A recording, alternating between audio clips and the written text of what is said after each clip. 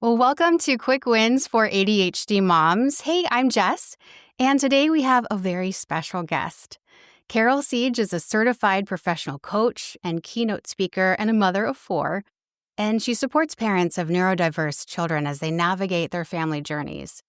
She received an undergraduate degree in English from the University of Pennsylvania and a master's in journalism from New York University, and relies on real-world experiences to motivate parents who are struggling to raise children who don't fit the mold. You can find her at familypathways.com. Thank you so much for being here, Carol. We're excited to have you. Thanks so much for having me, Jessica. I'm excited to be here and have a great conversation. Yes, there's always so many questions I have, but first, let's dive into today's quick win. Sure. So my quick win to start us off has to do with getting the kids out the door on school mornings and using simplicity and systems to help. And it starts with breakfast. If you don't have a system, you don't keep it simple, everybody's coming down and somebody wants this and somebody wants that. And it can be hectic. And my suggestion is that you make a plan across the week, Monday through Friday. You always know that Mondays you're having cereal and Tuesdays you're having toaster waffles and so on and so on. You can do something different each day of the week. You can go back and forth. So you just have two or three options. But the key is that you know that every Monday you're having a certain food item, every Tuesday, and that the kids know it as well. Okay, so A their couple of expectations. Right. Expectations, very important. You can't just assume that because you have decided that Monday is going to be cereal, that the kids are on board. You need to make sure that they know it as well. And if you don't mind, I give you a couple of suggestions to make it a little easier. Absolutely, I need all the suggestions you Okay, have. great. So, as I said, the first thing is getting the buy in from the kids. And part of that, if you have one child, that might be easier. If you have more than one child, each child gets, what's their favorite breakfast so that it's not a fight about, well, I don't like XYZ today. So each child knows that they're going to have their favorite breakfast, whatever morning it is. And a couple of other suggestions, a couple other things to keep in mind are that if you as a mom struggle with, doing the same thing every day. I If do, you're craving, if absolutely. you're an ADHD mom and you're craving change and you're pushing back against routine, a couple of Mhm. things that I would keep in mind are number one, that you can always use the weekends as your break the rule time. Don't follow Okay. any system time. Always remember that's coming. And the other thing I would keep in mind is that when you're raising kids, they need structure. If they have ADHD themselves, if they, if they're neurotypical, kids need structure. And the idea is that you're trying to start your day off on the right foot for both yourself and for your kids. And so keeping that in mind might help you get over the hump of, well, I don't want to have a system. I Keep it fight that simple. all the time. Yes. Yeah, and you can also have have a little bit of variety in there, but keeping it simple. You have two or three options for cereal. You have two different options for your toppings for your oatmeal. Um, but the key, again, I'm going to say it one more time, is simplicity and systems. Absolutely. And I think it would be easier to schedule your grocery shopping around you know what you're going to have on Mondays. And if you do your grocery shopping on Sunday or Monday, here's your list. And if it's out, you need Absolutely. it.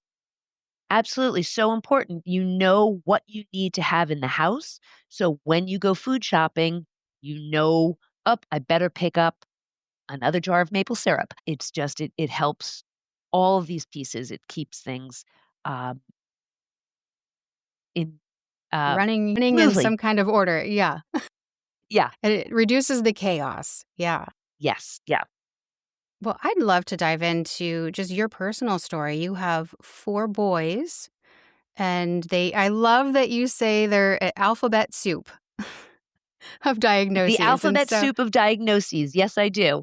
yeah, Yes. So, so as you said, I have 4 sons, and they all fall under that very large, broad umbrella of umbrella. neurodiversity. And my story starts with my second oldest son, and he was diagnosed with, at the time, Asperger's. Now it's considered autism spectrum disorder. Um, he was diagnosed with Asperger's when he was 4. And just to give you a sense of how far we have come since that time, the doctor at the diagnosis said, well, if it was autism, I would just say, I'm sorry. So happily, we really have come a long way since then. So after that initial diagnosis, my oldest was diagnosed with ADHD. And fast forward 29 years, and all 4 have been diagnosed with ADHD. 3 are on the spectrum, 3 struggle with learning differences and anxiety. We have dealt with OCD and depression and an eating disorder. So we, of course, as you can see, have had a lot on our plate. And yet I love my boys. I'm proud of my boys. They are kind and compassionate and smart. And even as they, you know, still hit snags along the way. Of course, we all still hit snags, of course. And what do It's you called life. think it's called life?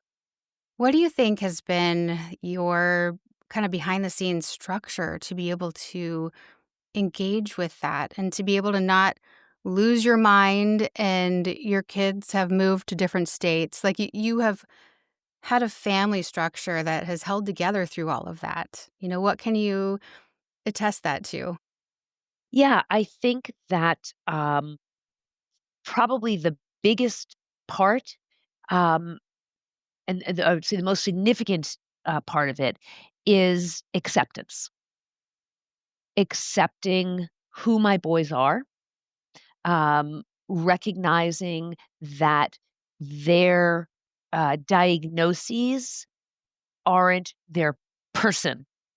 They are That's issues beautiful. that they deal with, and they're separate. And when they have challenges, it's not the person that is um, hitting a it's not the person that's having the problem. There's an issue, and there are skills that need to be learned, and it doesn't mean that, we're giving up. ADHD in particular, with boys, one typical challenge that comes up when they're very young, is, they're handsy, and that can, Get them into trouble. sometimes that can be trouble. Sometimes they're just walking by and they're just gonna smack something or someone, and it's not about saying that that child is bad because of something they've done. It's, impulse control, and they need Mhm. to learn how to hold on to those impulses, how to not give in to those urges, and to recognize them for what they are. So it's a skill they need to learn. So we're not giving up and saying, well, they don't need to learn it, Yeah. but it's also not blaming the person for for that behavior. And the second thing is patience, because it takes a long Yes. time, takes a lot of reinforcement. It takes, saying the same thing sometimes many more times than you would need to say it for a neurotypical person. And that's just, that just comes with it. You just need to dig It's deep, okay to find that patience. Yeah, and it's okay to keep repeating yourself and tell yourself they need to hear it 100 times, not 7. Yeah, yeah, absolutely, absolutely. And I'm going to add one last thing. Absolutely. Especially with 4 sons who had ADHD, a sense of humor, crucial. Gotta be able to Yes. step back and look at the situation, and because sometimes it's really funny. Yeah. Well, their brains can make connections in so many different ways. And the creativity is unbelievable. You know, our kids will come home and tell a story at school, and it's so different than what we hear from someone else. But you hear their perspective, and you're like, you were paying attention to everything that was going on. right? Absolutely, absolutely, which is and it's great to recognize that. It's great to be Yes. able to say to your kid, "Oh my gosh, wow, you really were," as you said, right? "You really were paying attention. Wow, Yeah. what a cool perspective." Yeah, they do, and it's like that hyper focus, and we think that they're not paying attention. We think that they're not listening, and that can get really frustrating. But telling ourselves, just keep saying it, keep the reinforcement. They're going to get it. We don't And always one have to live in this chaos. Yes, that's right. What one if you're a parent and you're frustrated because you think you're telling your child something and they're not listening, Hmm. one really easy thing to do is just to ask them. You know, Mm. let's say you're talking to them about, as we said before, right? Hey, tomorrow is going to be cereal for breakfast, but they're playing with their Legos or whatever else they have, and they're drawing whatever else they have in front of them, and it doesn't look like they're paying attention. Just ask them, "Hey, what'd I just say?" And you might be They usually repeat surprised it. how often they'll say, "Yes, you said cereal for breakfast tomorrow morning. I got it." Okay, great. Yeah. So getting a breakfast schedule and getting your kids involved in choosing the breakfast schedule is just one quick tip to make your life a little bit easier. Wonderful. Thank you so much, Carol. I appreciate it. I know we're going to have you on the next episode as well because you just have such a wealth of information. So we're going to hear another quick tip from you next week. But if someone wanted to get a hold of you, how would they find you? Yes. So, reach out to me. My email address is carol at familypathwayscoaching.com. You can also find me online. My website is Family Pathways Coaching. And I'm on LinkedIn, I'm on Facebook, I'm on Instagram, and I love having conversation. So, Jessica, thanks so much for the opportunity to chat with you today. Absolutely. I think ADHD moms just need to hear the encouragement, and these little tips are very helpful. So thank you.